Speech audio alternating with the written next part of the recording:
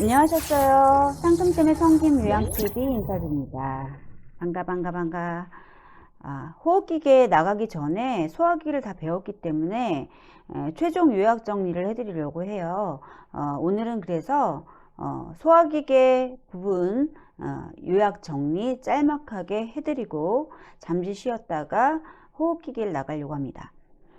저번 시간에 소화기계에서 우리가 배웠던 질환들은 상복부에 있는 위, 그래서 위, 염, 위, 궤양, 위암이 있었고요. 하복부 질환으로는 대장암, 그리고 설사와 변비가 있었어요. 6가지입니다, 총.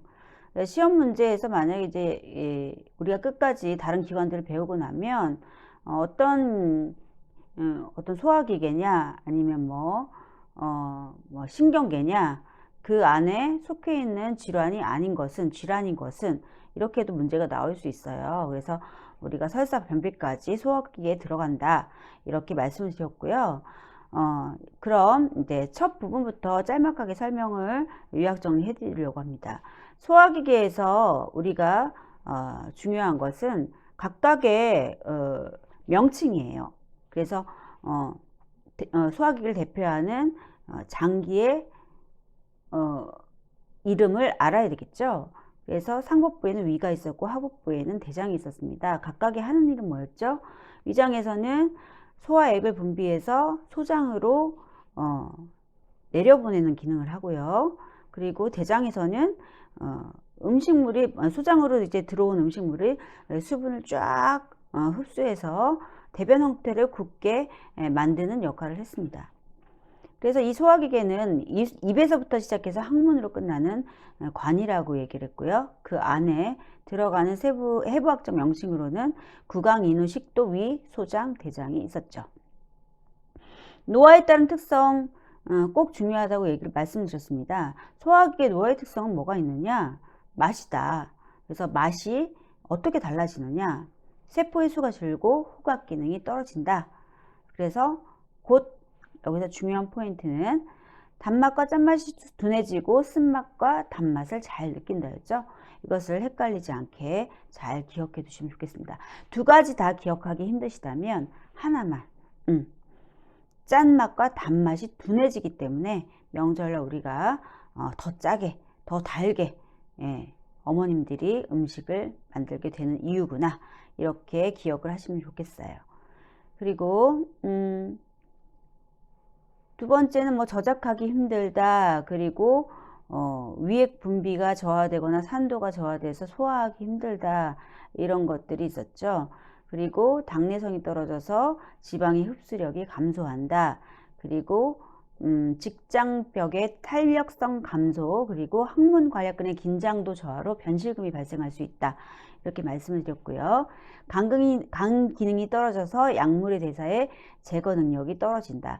그래서 여러분들 이 소화기계 노화에 따른 특성에서 여러분이 딱 혼란스러워 있을 부분은 짠맛과 단맛에 대한 둔감한 부분, 그리고 반대로 쓴맛과 신맛은 잘 느낀다. 이 부분을 좀 기억해 두시고 나머지는 다 둔해진다, 저하된다, 떨어진다, 감소한다. 이런 부정적 용어를 고르시면 되겠습니다. 자, 그럼 주요 질환에서 중요한 것, 위염과 위궤양과 위암의 병소는 과연 어떻게 다르게 위치하고 있느냐? 위염에서는 그 병소가 위점막까지, 그리고 위궤양에서는 위점막뿐 아니라 근육층까지, 위암에서는 점막 하층 그리고 근육층까지만 덩어리로 돼 있더라. 그래서 위암은 따로 또 어떻게 구분을 하느냐? 조기 위암과 진행성 위암으로 구분을 하는데, 조기 위암은 그 덩어리 뿌리가 어디까지 있느냐? 점막층까지 뻗어 있는 상태, 그 점막 하층에서 근육층까지 뿌리가 내려진 상태를 진행성 위암이다. 그래서 전이가 될 수 있는 상태다. 이렇게 각각의 해부학적 위치, 병소가 위치해 있는 그런 위치에 따라서 덩어리냐 아니면 혹은 이렇게 파여 들어가는 형태냐에서 진단명이 이렇게 위염, 위궤양, 위염으로 갈린다고 하였습니다. 그럼 위염에서 중요한 거는 뭐냐면 관련 요인, 과식, 무절제한 식습관, 부패한 음식 섭취, 주로 섭취하는 것 위주다. 그리고 식사 후 바로 위가 무겁거나 팽만감 이런 것들이 느껴지면 식사 후 바로니까 급성이더라. 그런데 이 급성을 치료하지 못하고 계속 가지고 가게 되면 이게 만성이죠. 그래서 이제 만성 위염은 한 3, 4시간 정도 식사를 하고 나서 3, 4시간 지나고 나서부터 소화가 잘 안 되는, 그리고 명치부의 심한 통증 이런 증상이 있더라. 그래서 치료민 예방은 일단 과식, 과음 이런 거 먹는 것을 조심해야 된다. 그래서 위장을 충분히 쉬게 하는데 포인트를 두면서 금식이라는 얘기가 나오는데, 금식을 할 때 특별히 노인들은 탈수를 예방하기 위해서 물을 충분히 마셔주는 금식을 한다. 이렇게 말씀드렸습니다. 기본적으로 전신 휴식은 꼭 필요한 거니까 어느 질환에서든지 이런 이제 이런 대증 치료 같은 것은 얘기를 안 해도 이제 하셨으면 좋겠어요. 자, 위궤양은 위염과 비교해서 음식물 섭취보다는 스트레스, 담배, 알코올, 커피, 자극적인 그리고 못된 습관들 이런 것 때문에 위산분비가 많이 돼서 자꾸 이제 깎여져 나가는 그런 형태죠. 그래서 이제 특별히 여기서 균이 등장하는데 헤리코박터 파이럴이라는 균, 헤리코박터 균이라고 불리죠. 그 균 때문에 계속 깎이고 그래서 천공, 구멍이 뚫리는 천공이 될 수가 있고, 천공으로 인해서 위출혈, 그리고 이거를 모르고 지나치지 못했지만 나중에 봤더니 그 상처난 부위들이 엉겨 붙어서 협착이 돼 있더라. 그리고 이 위궤양의 중요한 특징은 새벽 1, 2시에 발생하는 명치부의 통증이다. 시간이 나오면 무조건 위궤양. 그러면서 이 위천공, 위출혈, 위협착은 응급적인 그런 상황이기 때문에 여러분들이 꼭 즉시 응급실로 가셔야 된다. 병원으로 가셔야 된다. 했습니다. 위암은요, 모든 암에서와 공통되게 체중 감소, 그 다음에 소화불량, 식욕 감퇴, 위염의 증상과 비슷한 것들이 있으면서 이 덩어리와 뿌리가 일어나기 때문에 빈혈, 피로, 토열, 혈변 이런 것들이 나옵니다.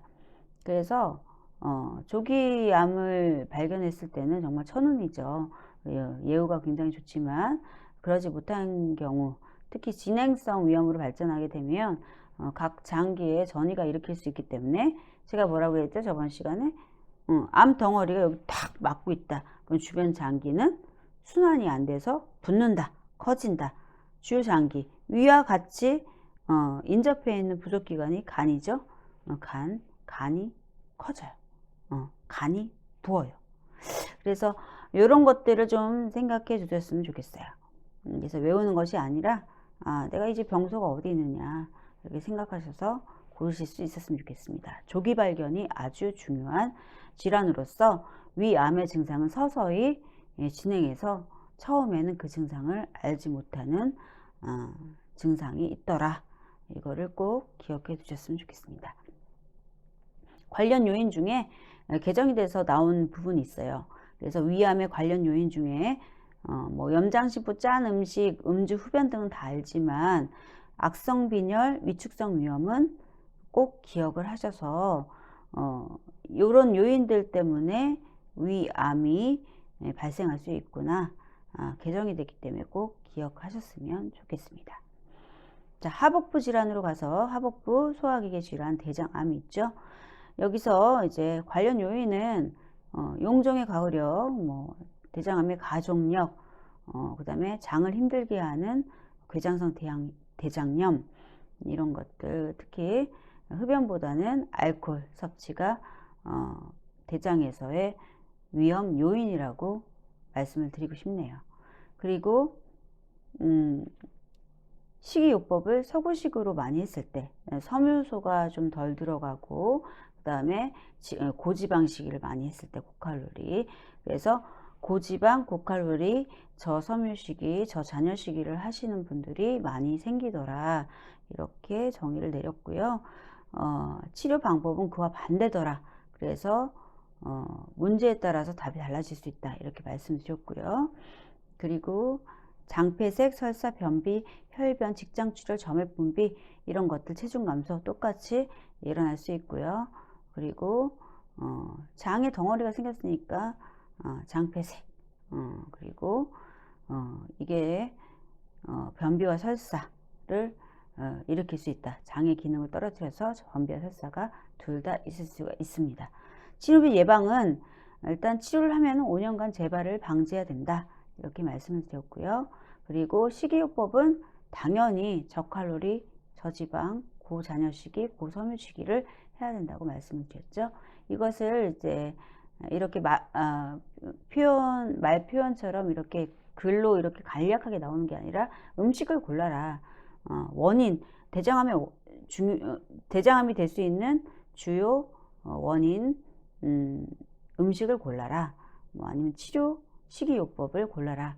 반대가 되는 거기 때문에 거기서 여러분들이 놓치지 않을 수 있도록 조심하셨으면 좋겠고요. 그 다음에 설사는 정의를 아셔야 되죠. 물 같은 대변을 보는 상태로 배변 양도 중요하지만 배변 횟수가 증가한 거죠. 그래서 관련 요인은 장염, 스트레스, 식중독, 장질환, 소화기능 저하, 그 중에서 제일 중요한 게 뭐였어요? 하재 등의 약물 남용 등이 있었죠. 그래서 이럴 때 이제 해야 되는 치료 방법은 심신 안정을 해서 몸을 따뜻하게 해야 된다. 그리고 음식물 섭취량은 줄이되 물은 충분히 마셔서 위염 때 나왔던 것처럼 탈수를 예방해 준다. 그리고 장운동 증가시키는 음식은 피해야 되겠죠. 매운 후추, 카페인, 술, 고섬유소, 고지방 음식을 피해야 합니다. 그리고 지사제, 설사를 멈추는 약을 함부로 주지 않는다. 의사의 지시에 따라서 줄 수 있다. 자기 방어 기전 때문에 좀 내보내야 되는 그런 상황들이 생길 수 있고, 그리고 너무 많은 지사제를 쓰게 되면 변비를 다시 유발할 수 있기 때문이다. 이렇게 말씀드렸습니다. 마지막으로 변비에 대해서 정리를 해드리면, 변비의 정의, 일주일에 2, 3회 이하 힘든 배변, 딱딱한 배변, 그리고 시간이 많이 걸리고, 그 다음에 잔변감이 어떤 뜻이었죠? 대장에 변이 남아있는 듯한 느낌인데 이게 3개월 이상 지속될 때, 요때 이제 변비라고 우리가 부르는데, 관련 요인은 이제 장 운동의 저하, 복부의 힘 약화. 자, 여기서 복부의 힘을 약화시키는 질환이 있었죠? 대장암, 뇌졸중, 심부전 이런 것들이 있었습니다. 그리고 또 변비를 일으킬 수 있는 요인 중에 하나가 저장 능력이 저하되고, 저장 능력이 저하되다 보니까 자꾸 씹는 걸 좀 피하고 싶어요. 그래서 저잔여식, 건더기가 없는 음식을 자꾸 먹게 되죠. 죽 생각하시면 될 것 같아요. 미음이나. 그래서 이제 수분 및 고섬유질 음식의 섭취가 감소가 되면서 변비가 노인들이 많습니다. 하재 남용을 했을 경우에 설사도 일으킬 수 있지만 그게 이제 내성이 생겨서 이 하재 때문에 변비가 생기는 경우가 있어요. 그 하재를 먹지 않으면 배변을 보지 못하는 경우가 있기 때문에 이 하재가 너무나 중요하더라. 설사에서나 변비에서나 관련 요인으로 나오더라. 그래서 꼭 기억하셨으면 좋겠고요. 그리고 노인들의 변비가 있는 이유 중에 하나는 식사량이 감소하고 또 장 운동을 활발하게 해줄 수 있는 운동량이 감소해서입니다. 그리고 또 노인 환자분들이 암이 많아요. 그래서 항암제, 마약성 진통제, 제산제 이런 것들을 많이 사용하시는 분들은 변비를 일으킬 수 있습니다. 그래서 여러분들 이 변비를 유발할 수 있는 약제를 좀 기억하셔야 돼요. 항암제, 마약성 진통제, 제산제. 그래서 얘가 맡은 환자들이 이런 약을 복용하고 있는지 관찰을 해보시고 약을 좀 주의 깊게 보셔서 내 환자가 변비 때문에 힘들어하고 있는지 있지는 않은지 꼭 기억하시고 꼭 케어를 해주셨으면 좋겠어요. 그래서 다음 중 변비를 유발하는 약물은 무엇인가 했을 때 우리가 항암제, 마약성 진통제, 제산제, 그 외에 아직은 나오지는 않았지만 이게 있어요. 파킨슨병에 먹는 약도 변비를 유발합니다. 그래서 여러분들 이제 이 변비의 치료 및 예방은 운동 잘하고 식이섬유 많이 먹고 그리고 유산균 먹고 다량의 물 보통 1.5리터에서 2.0리터 이상 마셔야 되겠죠. 옛날에 이런 시험 문제가 나온 적이 있어요. 변비 환자이다. 하루에 얼마만큼 물을 마셔야 되는가? 정답이 나오겠어요? 딱 우리가 알고 있는 1.5리터 이상 안 나오죠. 2000리터 이상, 2000ml 이상, 1.5리터 이하, 1.8리터 이상, 이런 식으로 나왔어요. 그럴 때는 우리가 알고 있는 상식에서 가장 가까운 근사치를 고르시는 게 정답이 됩니다. 그리고 변비인 대상자가 관장을 해달라고 요구하는 경우가 있어요. 그때는 요양보호사는 관장을 할 수 없습니다. 그렇기 때문에 간호사나 의료인에게 상의하셔서 하시는 게 정답이 되겠습니다. 꼭 기억하셔야 되는 중요한 포인트죠. 요양보호사는 관장을 할 수 없다. 이렇게 각각의 질환의 특징에 대해서 간략하게 설명을 드렸습니다. 잠시 쉬었다가 호흡기계 질환 다시 나가도록 하겠습니다. 소화기계 질환 여기서 끝마치겠습니다. 수고하셨습니다.